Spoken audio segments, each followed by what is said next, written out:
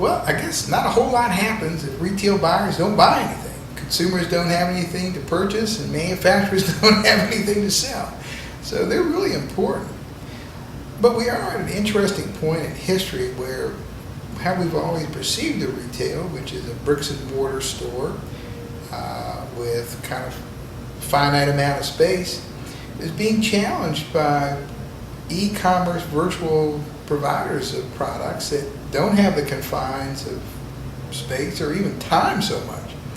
When you're a small company and you have one or two products, a rep will not pay attention to you. And an independent, at least when I started. So we worked directly for years and grew our business exponentially. We're in Inc. 500 5 years in a row. 5 people selling from the home office around the country to independent specialty retailers. How many people have kids on Webkinz or Club Penguin? Anybody have their kids on? So there's some subliminal training going on too, by the way. Yeah, if your kid has an igloo, they got to buy furniture, they got to buy paintings, they got to buy lamps, they buy the tiki lamps. Kids are learning to shop online through Webkinz and Club Penguin. They're shopping. They have points. I don't think the issue is shopping online, because we acknowledge that that's going to be a continuously growing segment, because you have whole generations coming into the economy that are very used to it and very familiar with it, and it's second nature to them. It's not a question of whether it goes from 7 to 15 to 20 to 30%. It's always a question of who owns the channel of distribution. You still want to go to the store and browse the product, feel it, touch it, especially toys.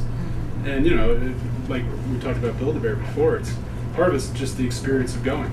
We're all sort of, sitting amongst the trees versus looking at the forest, and I think the generation that's rising up and will sort of take over retail in the future is one that's completely online. They'll buy everything commodity-based online because it's like a no-brainer to them, but they'll use retail as the experience. Yeah. And I think grocery stores are a perfect example to look at right now, and pharmacies.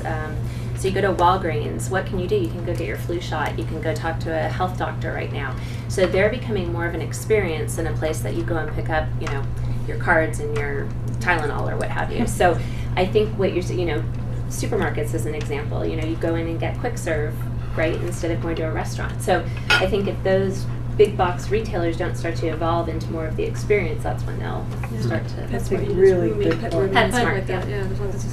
It's a very exciting thing to be involved in and to be at the same table with such very, very bright people. I thank you all so much for being here. You're brilliant people as individuals, and you're even more brilliant as a group.